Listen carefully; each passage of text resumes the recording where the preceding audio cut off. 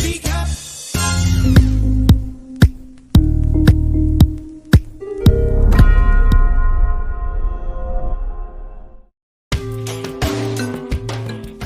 In this instructional video, you will enhance your proficiency in understanding spoken English by immersing yourself in dialogues, talks, and conversations delivered by native speakers. By actively listening and reading the captions provided, you will refine your skills and elevate your English proficiency to a professional level.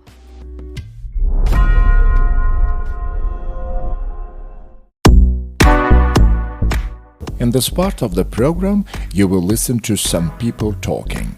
Try to understand as much as you can. Please take notes on the vocabulary.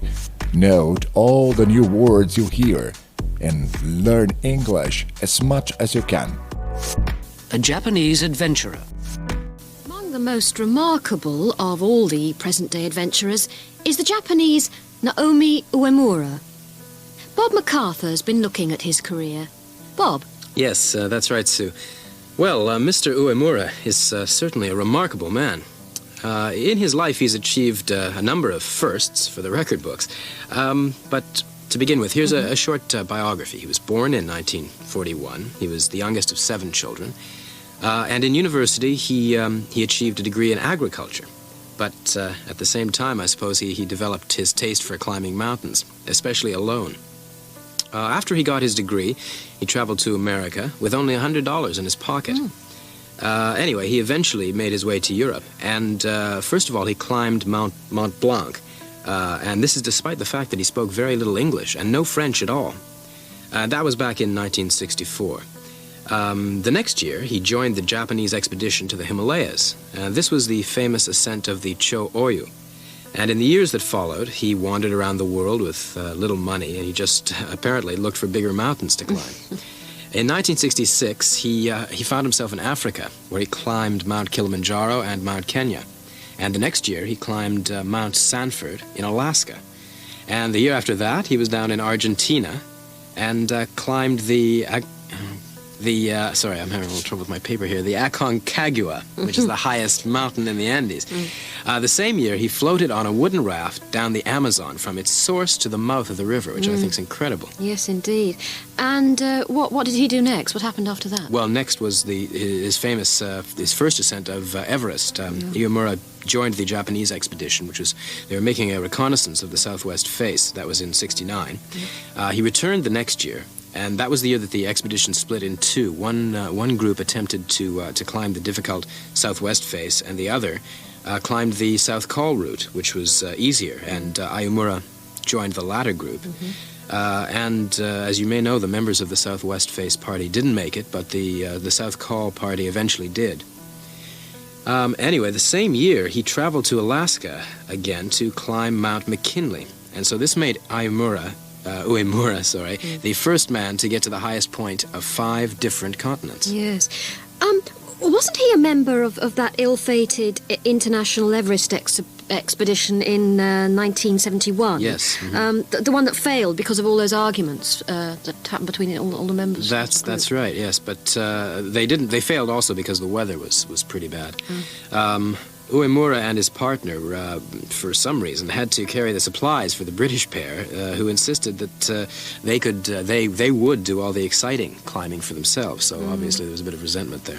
Yes, no doubt that must have made him quite determined to just concentrate on solo expeditions after that. Yes, apparently. That experience. Yes. Yeah. Well, I know that he's gone solo since then. In 1974, he set off in the middle of winter to cross the North American continent from Greenland to the Bering Straits by dog sled, which was an incredible idea in the first place.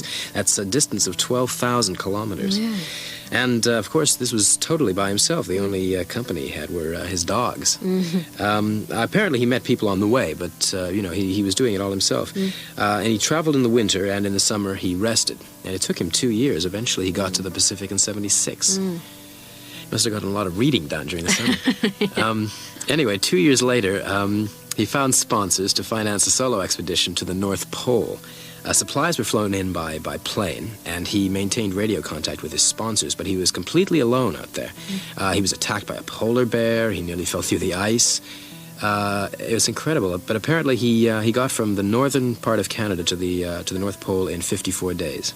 And the next year, not content with that, he crossed the entire Greenland ice cap, which is 2,250 kilometers, and it's part of some of the most bleakest terrain in the world. Yes. And his dream is to cross the Antarctic continent alone, is it? Yes. He's been preparing to try it. It's never been done before. But, if anyone can do it, I imagine he can. He's certainly determined. And he doesn't seem to mind the loneliness. Apparently he is a happily married family man. I don't know how he manages that. But anyway, if he can get permission and financial backing, there's really nothing to stop them. I guess after he does that, there won't be anything left for him to do. Well, we'll see. Bob MacArthur, thank you very much. It's all right.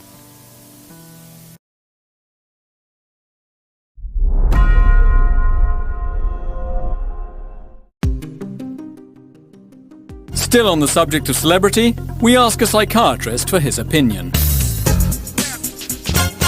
Dr. Raj Pord is a consultant psychiatrist at the Maudsley Hospital and a senior lecturer at the Institute of Psychiatry in London. He argues that in modern society, celebrity worship has taken the place of religion in many people's lives. We asked him to specify when the cult of celebrity had begun to take root. I think that the media, and in particular television, has had a huge influence on the cult of celebrity, because to worship a celebrity you have to have some kind of access to the celebrity. And in the days before television and modern communication systems like radio and the internet and so on, you really wouldn't have had much access or much information about celebrities.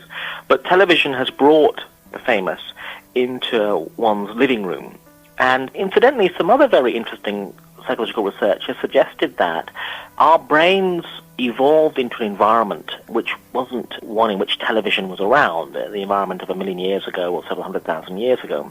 And our brains are wired up to assume that people that we see frequently are friends or family. And so we're wired up basically so that people that we see frequently we develop attachments to. And it looks as though from another separate research project that people that we see on television, because we see them frequently on television, our brain is assuming, because the brain doesn't understand that this is television and not a real person, our brain seems to lead us to form attachments to these people that we see on television in a very similar way that we form attachments to real people. And there is accumulating evidence for this, and the name for this is a parasocial relationship. And celebrities themselves comment on this fact. They say that when people come up to them in the streets, the people speak to them as if a relationship is already there. And this is very disconcerting for celebrities because, of course, from a celebrity standpoint, they've never met these people before, the public, and they find this a certainly disconcerting situation. But I think that increasingly we are seeing people form relationships and have very strong views and feelings for people they've never met, the famous and celebrities. But perhaps one sign of the strength of these attachments that are being formed to the famous and celebrities, a good example comes from Princess Diana and her death and funeral. Some recent research published in the British Journal of Psychiatry found that suicide rates in Britain went up dramatically and significantly in the month following Princess Diana's funeral. And I think the average suicide rate went up by 17% nationally, but amongst women of Princess Diana's age, in their late 30s, the suicide rate went up by 45%, which is really quite a staggering figure. And the fact that suicide seemed to go up higher in women than men, and highest in particular in women of the same age as Diana, suggests that an identification factor was involved, that women in some way identified with Diana. But the fact that people were willing to kill themselves in Britain and in such high numbers after Princess Diana's funeral strongly suggests, given that suicide usually occurs in a breakdown of a relationship, that there was a strength of attachment there at some level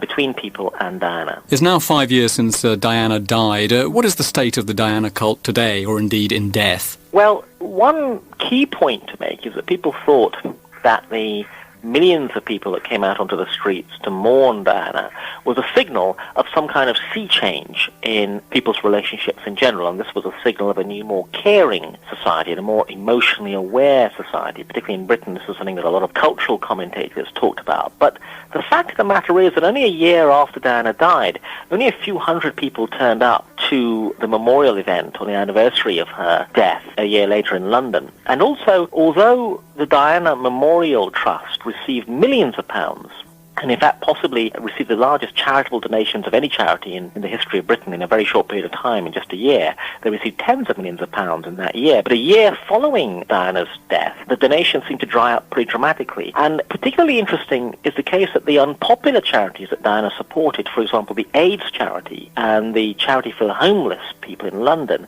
struggled financially only a few short years after Diana died. So although they benefited enormously when she was alive from her support, and quite a lot when she died in terms of people giving at that moment, these charities have suffered significantly since then. So one of the interesting issues is when people follow celebrities, when the celebrity says that we should give to an AIDS charity or kisses someone with AIDS, Diana, or shook their hand as Diana did, how much of an impact is this really having on people? It seems as long as the celebrity is alive and doing these things, this has an impact on people. But when the celebrity goes away, it does look as though people are easily distracted by other celebrities, perhaps, and other causes and so on. So it does look as though, although people worship celebrities in the way they may worship gods, they're rather fickle in their worship as well.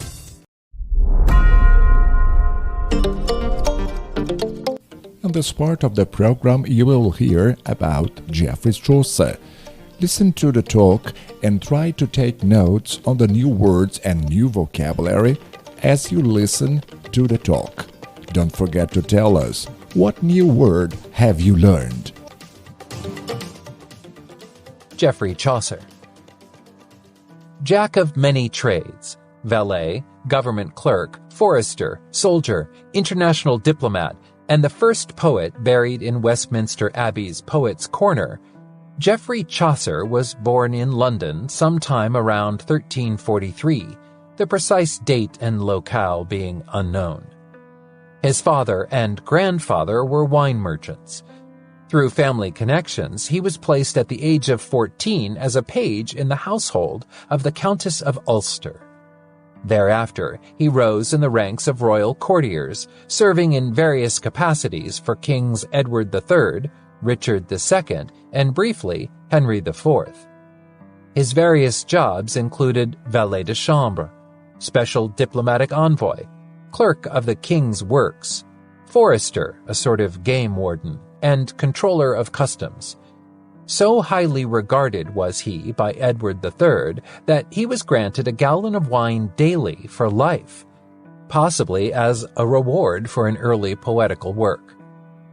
When Chaucer was 23, he married Philippa Rowett, a lady-in-waiting to Edward's Queen Philippa, and the Chaucers had 3 or 4 children, the record is not precise, one of whom, Thomas, later became Speaker of the House of Commons.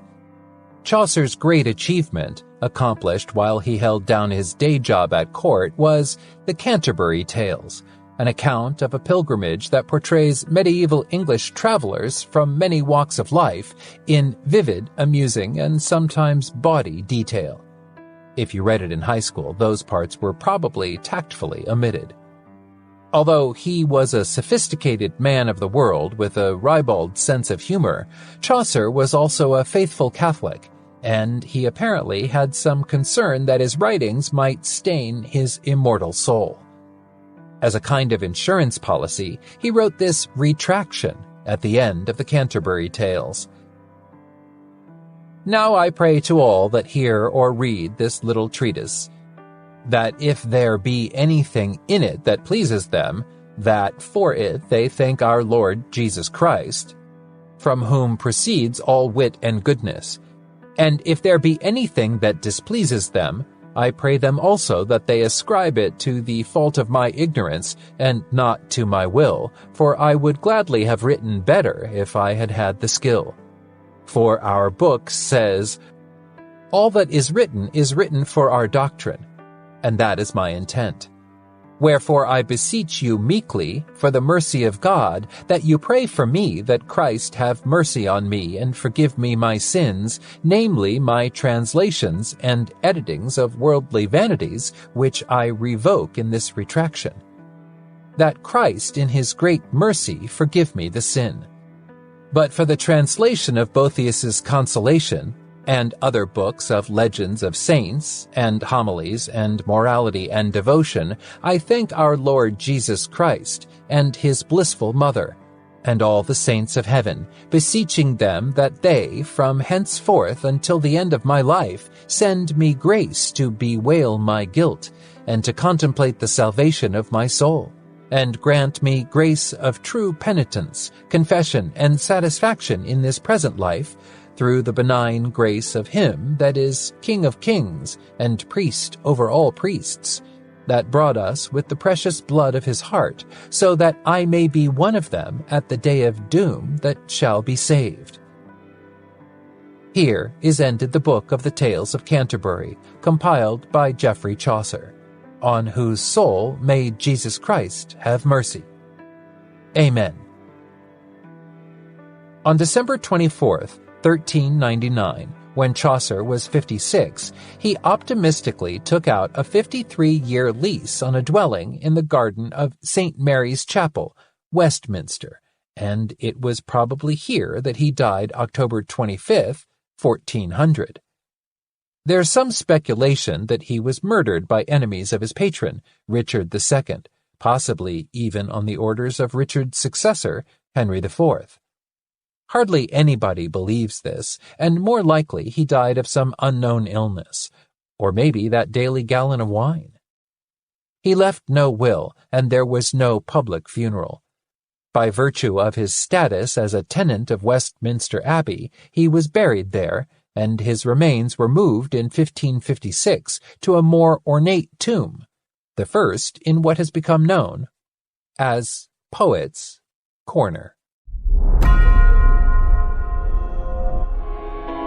In this part of the program, you will listen to a short story, a fable. Try to understand the English spoken by native speakers. Write down every new vocabulary as you can. The Frogs and the Ox. Mum, come quickly, called the little frog, hopping and skipping with excitement. Come and see the monster, he called. It's got two big spikes sticking out of its head and a funny brush thing at the other end, and it goes, "Ugh!" and it kicks frogs. Not now, dear, said the little frog's mother. Come on, Mum, please. Mother Frog looked more closely at the little one. You're Stanley, aren't you? No, Mum, I'm Zebedee. Are you really? You all look so alike. She had 247 children, and it is hard to remember that many names, so she called everyone Stanley to give her memory a rest. Mum! cried Zebedee. I haven't finished breakfast, dear. The little frog hesitated. Can I have some then? No, Stanley, she said. You're not a tadpole anymore. Go and find your own slugs and stop jiggling about. You're giving me a headache. I'm not jiggling about. I'm hopping about. Well, stop it. It looks like exercise and I can't be having that sort of thing. How would it be if I were to flip and flop about like you, doing exercise? The little frog thought about it. You wouldn't be so podgy, he said. Exactly, said his mother. You don't get a jelly belly like mine by exercising. I get all the exercise I need chewing. Now, what's all the fuss about? It's an ox, and it's really gross, and his shoes have split down the middle.